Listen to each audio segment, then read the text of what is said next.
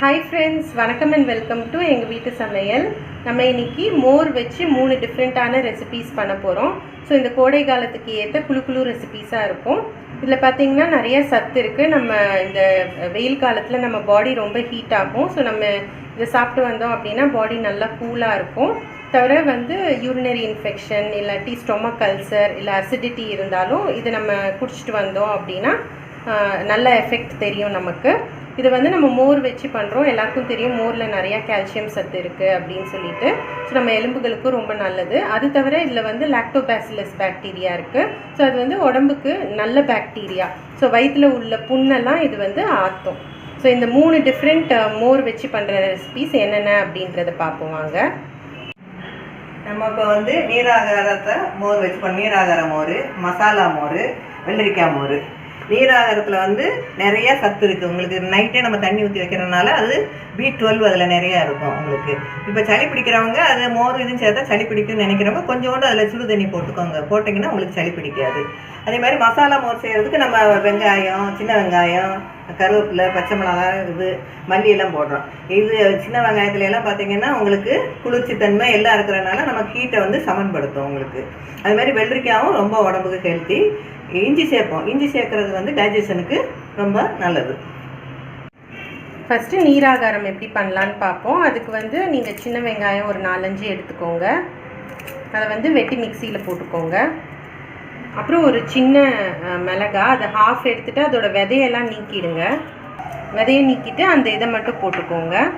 முந்தின நாள் வச்ச சாதம் ஒரே ஒரு கைப்பிடி எடுத்து அதோட ஒரு 2 வெந்தயம் மட்டும் போட்டுக்கோங்க. நிறையா போட்டிங்கன்னா கசந்துரும். ஒரு 2 வெந்தயம் போட்டு தண்ணியில் ஊற வச்சுக்கோங்க. இப்போ நெக்ஸ்ட் நாள் காலையில் வெறும் வயிற்றில் இதை அடித்து சாப்பிட்டோம் அப்படின்னா ரொம்ப நல்லது. இப்போ நம்ம இந்த பழைய சாதத்தோட அந்த தண்ணியையும் சேர்த்து நம்ம அடிச்சுக்குவோம். இதை மிக்சியில் ஆட் பண்ணிக்குவோம். நம்ம கூட 2 ஸ்பூன் தயிர் ஆட் பண்ணிக்கோங்க. கொஞ்சமாக உப்பு சேர்த்துக்கோங்க. உங்களுக்கு டேஸ்ட் பிடிக்கும் அப்படின்னா ஒரே ஒரு ஊறுகாய் துண்டு குட்டியாக நீங்கள் இதில் போட்டு அடிச்சிட்டிங்கன்னா ரொம்ப டேஸ்ட்டாக இருக்கும். இல்லை வேண்டாம் அப்படின்னு நினச்சிங்கன்னா இது மட்டும் போதும். மிக்சியில் அடிச்சுக்கோங்க. சூப்பராக நீராகாரம் தயாராகிடுச்சு.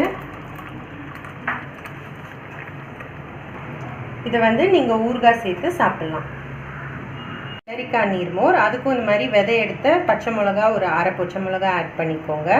கொஞ்சோண்டு இஞ்சி ஆட் பண்ணிக்கோங்க. ஒரு 1/4 வெள்ளரிக்காய் ஆட் பண்ணிக்கோங்க. அதுக்கப்புறம் தயிர் ஒரு 2-3 ஸ்பூன் ஆட் பண்ணிக்கோங்க. 3 ஸ்பூன். கொஞ்சமாக உப்பு ஆட் பண்ணிக்கோங்க. அவ்வளோதான். இதை சேர்த்து அடிச்சுக்கோங்க. நம்மளோட வெள்ளரிக்காய் நீர்மோரும் ரெடி ஆயிடுச்சு.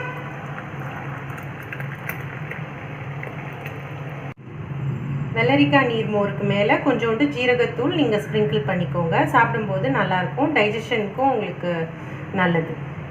அடுத்து மசாலா மோருக்கு ஃபஸ்ட்டு நீங்கள் வெங்காயத்தை நறுக்கி போட்டுக்கோங்க. சின்ன வெங்காயம் ஒரு 2 இல்லைன்னா 3. அடுத்து இஞ்சியை நறுக்கிக்கோங்க. அப்புறம் கருவேப்பிலை ஆட் பண்ணிக்கோங்க. கொத்தமல்லியும் ஆட் பண்ணிக்கோங்க.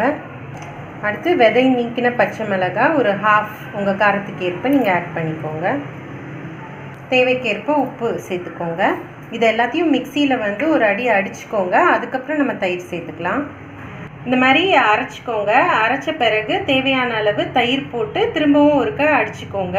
நம்ம இப்போ காமிச்ச இந்த 3 நீர்மோர் ரெசிபிலையும் நீங்கள் தேவையான அளவு தண்ணி சேர்த்துக்கலாம். பேரே நீர்மோர் ரெசிபி தான். அதனால் உங்களுக்கு எவ்வளோ தண்ணி தேவையோ அந்த அளவுக்கு நீங்கள் சேர்த்துக்கலாம். அதுக்கப்புறம் அரைச்ச பிறகு இது அரைச்சிட்டோம். இப்போ நம்ம பெருங்காயம் சேர்த்துக்கலாம். இதை ஃபஸ்ட்டே ஆட் பண்ணணும், நாங்கள் மறந்துட்டோம்.